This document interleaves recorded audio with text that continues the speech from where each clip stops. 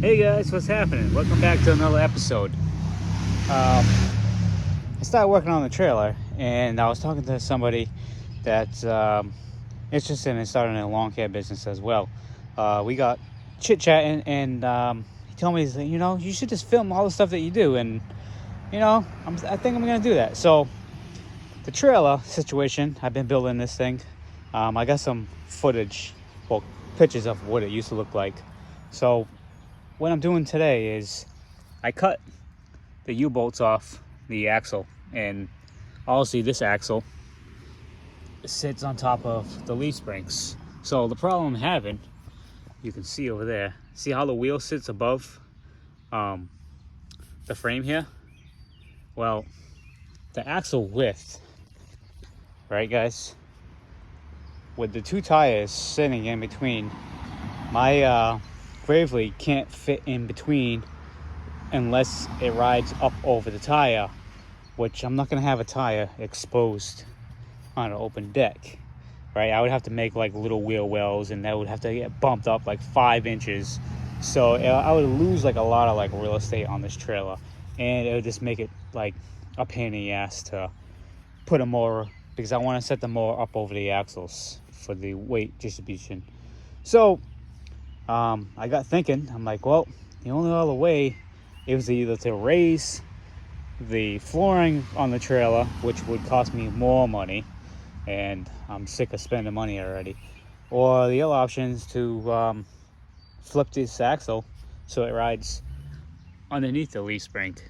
I also seen people do, I'll show you right here, where the linkage is, they'll get a new piece of steel from up here from a trailer or a spring shop, even heavy equipment shops sell this stuff.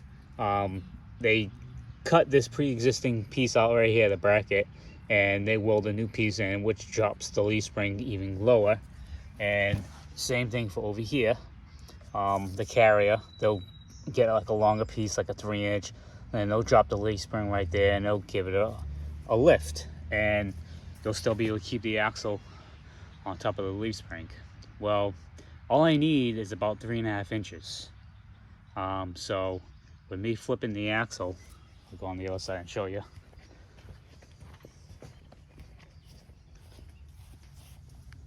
With the amount of room here in the axle, I'll gain that extra. I'll gain those inches that I need when I flip it upside down. So, lo and behold, this center pin on the leaf spring works out good for me, because it's located on top and on the bottom. See that little nut? All I gotta do is take that out and reverse it, which I'm just gonna buy a brand new one and replace it, since I already have it taken apart. And this spacer, if I can get it off, I painted it on there, but that spacer under there, I think they make longer, taller ones too. And I've also seen where they have blocks where you can raise it up even more. So I was doing some research, and I've been seeing a lot of people do this, especially on their like campers and motorhomes, like that they tow behind their truck. A lot of those guys, they want to go out boondocking. What boondocking is they'll just drive out in the middle of the desert, and I guess, whatever, we'll save it for another time. They can't make it over the whoop-de-doos because the back of the trailer drags. So what they do is they put a lift kit on the trailers, and it allows them to go through the whoop-de-doos so they can go out into the desert and go boondocking. Feel free to look up boondocking. But yeah, guys, that's what I'm doing, and I'm gonna go tomorrow morning and pick up those new parts, because it's Friday and it's, let's see, 7 o'clock and everything's closed. For the trailer gate, it's pretty much done. I welded it all up. I do have to add a couple more strengths in the middle, 2 more runners, and that'll take care of that. And I gotta add one more hinge right in the dead center. For now, I just had the 2 outers so I can line up the gate where I wanted it. And I got to add some more steel in between here and the center. And I got a couple of spots over there where I have those big, like 3-foot square sections. I got to close that up too and put some reinforcement because those 0 turns are quite heavy. And this was a little pop-up camper trailer that I got years ago, and I was gonna get rid of it until I started this lawn care business, and I figured, well, let me utilize what I have right now, and I'll use that for the first year. And this is exactly what I'm doing. But yeah, that's all I got for right now. And like I said, tomorrow we'll flip the axle, and yeah, part 2. All right, guys, before I end this video, just give you a kind of an idea. So I flipped the axle already, and see, now the tire sits underneath the top where the plywood's gonna lay on top. So what I got right now is basically 1 inch.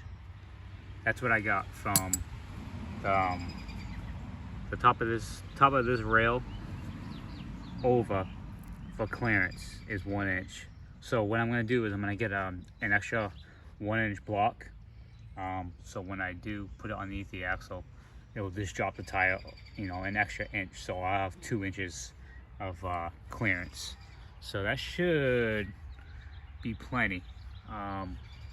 We'll see if I can get 3. If I can get 3, I'll do 3. But I don't want to go too high, because then I'm going to have, like, you know, a jacked up trailer off the ground, you know? I don't have a freaking... Good thing I made that drop gate 5 feet long. So this way it's a easy transition on the trailer. When I did measure it out, when I hook it up to my truck, the trailer is going to sit nice and level. So it's not like it's going to be, you know, the tongue of it will be drooping down or anything because the tires are too high. If anything, I have plenty of room to go an extra inch if I wanted to. So that's what I'm going to do. And what I'm going to do also is right in between the leaf spring and the frame, I'm going to add almost like a stopper. So this way the tire, if it does hit something really hard, the tire won't go right through the freaking floor. It'll just bottom right out on that. So that's my game plan. I'm going to try to get you know, an extra 2 inches if I can, so I'll have 3 inches of travel. Tires shouldn't travel that high, but we'll find out. You know, trial and error, that's what I say. But yep, I got brand new tires on the rims, so I don't have to worry about dry rotted tires or anything. And you know, I cleaned the wheels, painted them, so at least it's gonna look halfway decent. I'm gonna drive down the road in some janky ass looking trailer, you know. Trying to look professional here.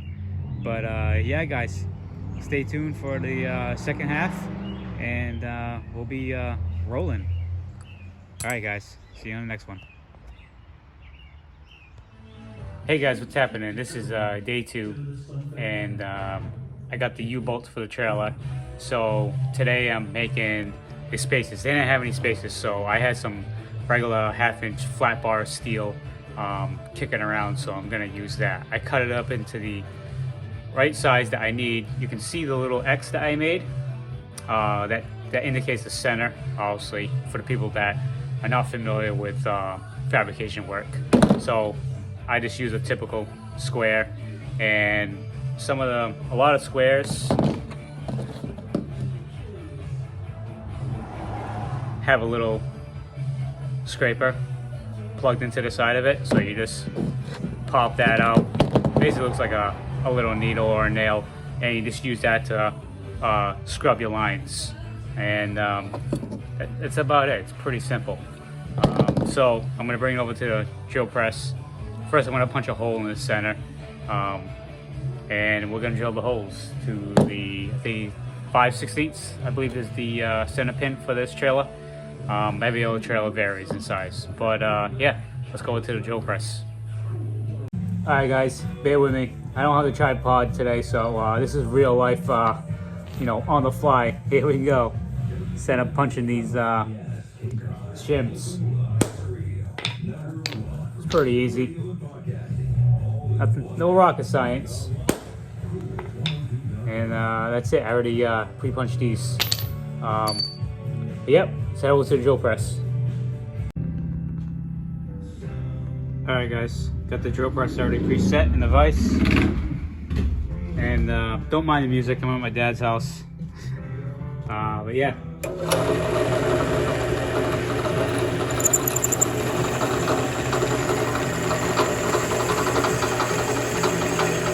forget to wear your safety glasses, kids.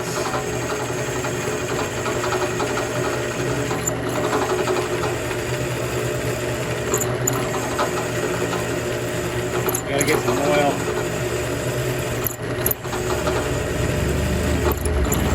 I figured I just wanted to give a little video of showing me drilling these pieces.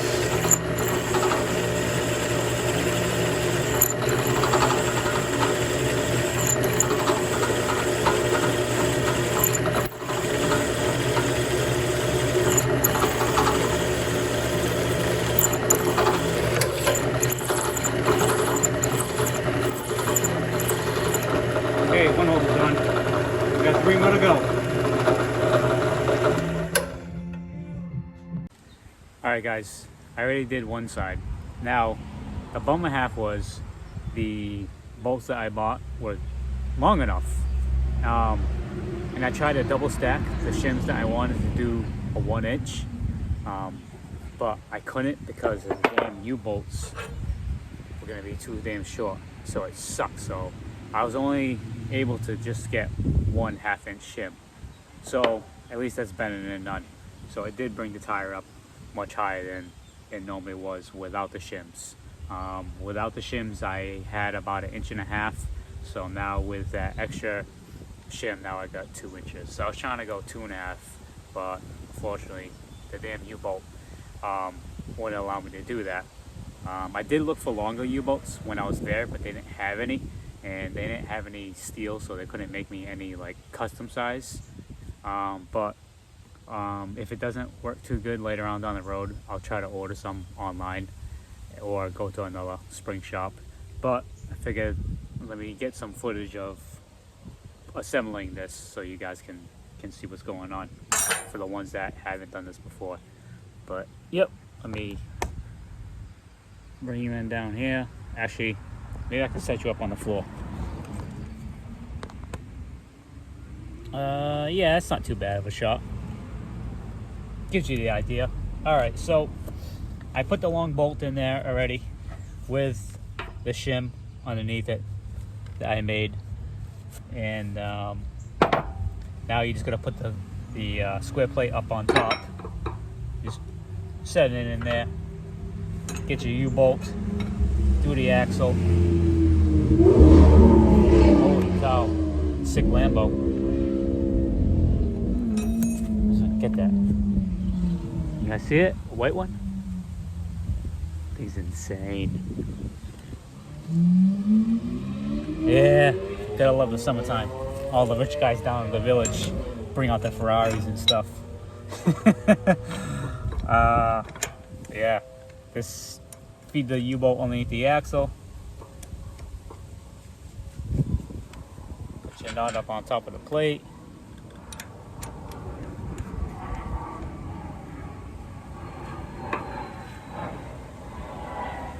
Pretty easy, guys. Vice versa.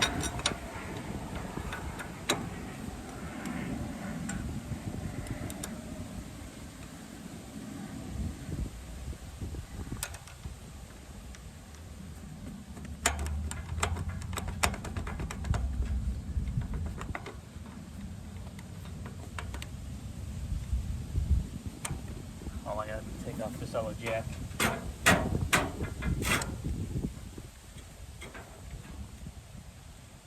I was using 2 jacks, one to lift the wheels off the ground and the yellow one to jack it up as I needed to get the bolt underneath, so worked out pretty good.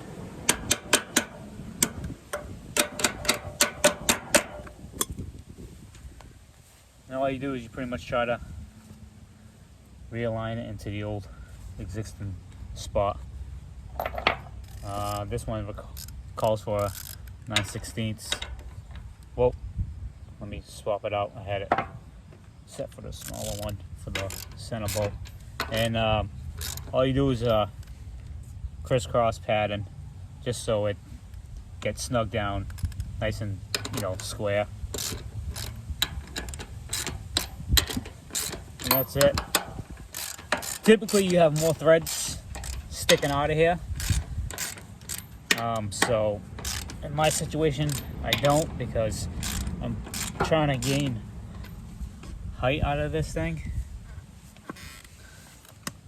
So what I end up doing, I end up putting a little tack weld here at the nut on each of them, so the nuts won't back out.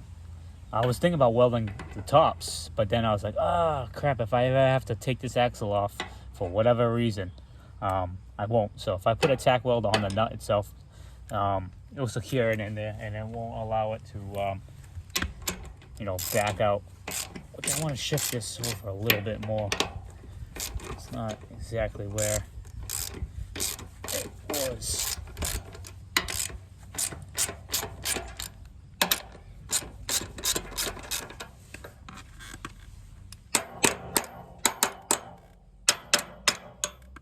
There we go.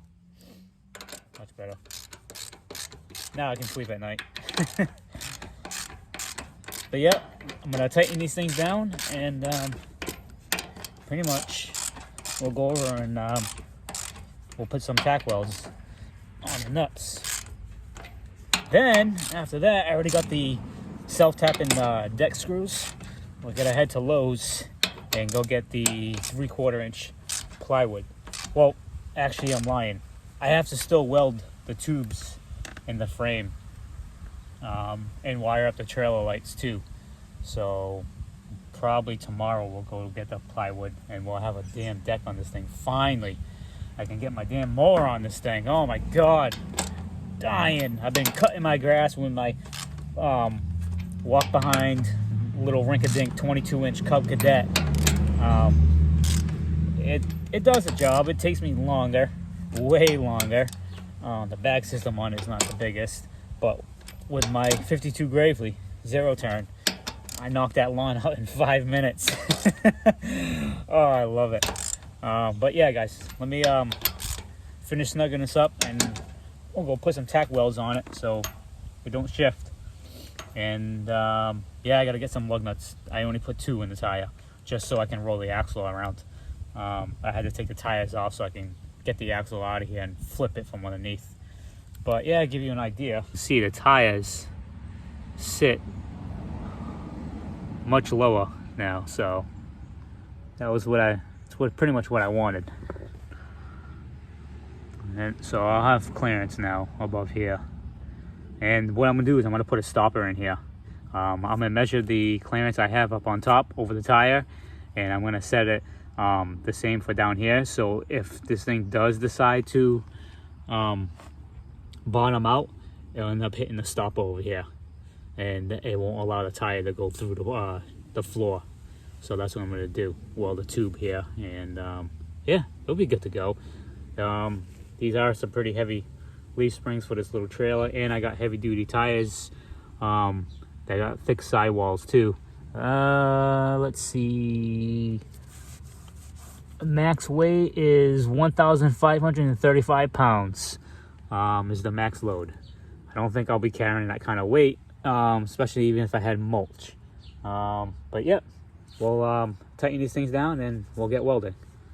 All right, guys, we're gonna do some welding. I cut one tube for the center in between the 2 tires, and I'm just setting up my welder. If you guys are curious of what welder I'm using, I bought this for myself just so I can have it at my house. It takes regular, you know, works up for 120. It's the little Harbor Freight green flux welder. Why I chose flux is if it's windy outside, I don't have to worry about the gas blowing away while I'm welding. But it's cool because little nifty, if I can. All right, so right here Yeah, you can see it. Is self-feed. So you just hit the button and it feeds the wire right through the welding blades. So pretty cool. Nice little feature that you put on this little welder. How am I liking this? I like it. I did a lot of welding, and the welds are they come out pretty nice, and especially on those windy days. So yeah, let's get welding. All right, get some shots.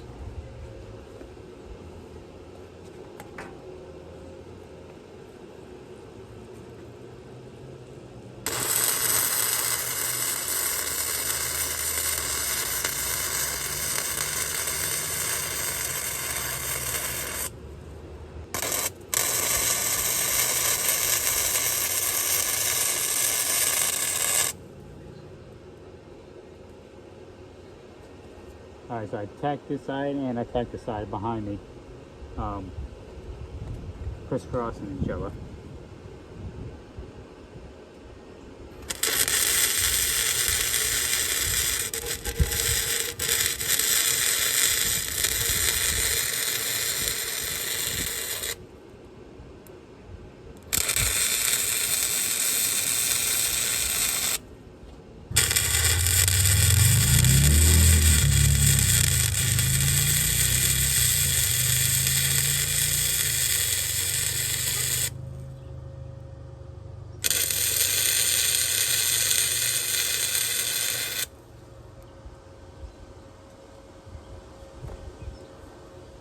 Question is, everyone's asking in the comment section down below, what's the welds look like?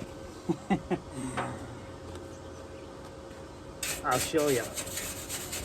I was actually pretty impressed with these welds. Now, this is the Lincoln wire that I'm using right now.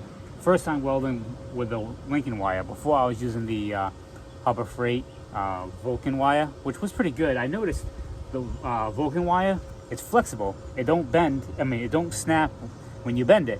The Lincoln wire, when you bend it, it just cracks right in half. So I know it's obviously hollow in the middle because of the flux, because it's not a gas welder. So I don't know if that's a good thing or a bad thing.